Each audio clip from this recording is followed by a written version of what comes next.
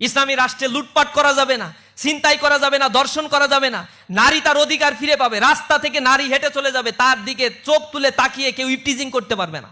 এটা হচ্ছে ইসলামী শরীয়ত। ইসলামী শরীয়ত শুধুমাত্র ওই হাত কাটার এইগুলার মধ্যে আবদ্ধ করে পশ্চিমা একটা নোংরা ন্যারেটিভ দাঁড় করে ইসলাম থেকে আমাদের বিরত রাখার জন্য ইসলামোফোবিয়া, কালচারাল হিজিমনি দিয়ে এই সমাজের ইয়াং জেনারেশনকে ইসলাম থেকে বিচ্যুত করে এক অজানা গন্তব্যের দিকে তাদেরকে ঠেলে দেওয়া হচ্ছে। অথচ পশ্চিমা ক্ষয়িষ্ণু সংস্কৃতি আজ ধ্বংস হয়ে গিয়েছে।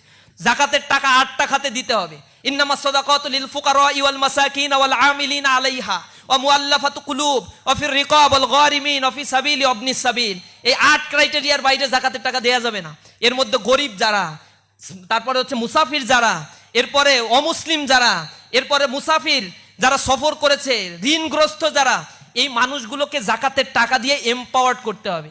আবার যাকাতের টাকা এইভাবে আমাদের দেশে যেগুলো দেয়, ধর্নাঢ্য ব্যক্তি অনেক শাড়ি আর হচ্ছে লুঙ্গি কিনছে, এরপরে বলে লাইন ধরো যাকাতের শাড়ি দেয়া হবে।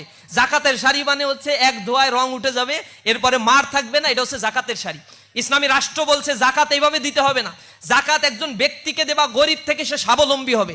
একজন ব্যক্তিকে জাকাতের টাকা দিবা এবং এর প্রায়োরিটি হবে তোমার আত্মীয় স্বজন আগে, এরপরে আত্মীয় স্বজন, পাড়া প্রতিবেশী, এরপরে দূরবর্তী তুমি যাকে দাও। এই জাকাতের টাকা দিয়ে এক একজন মানুষকে সলভেন্ট করে দিবা।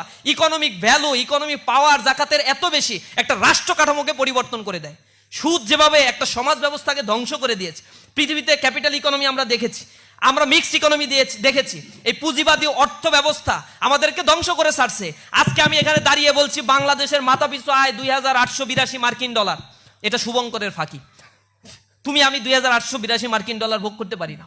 আমাদের ইনকাম ডিসপারশন এত হাই, তুমি কল্পনা করতে পারবা না। পৃথিবীর অনেক দেশে 140-50তম আমরা ইনকাম ডিসপারশনের ক্ষেত্রে।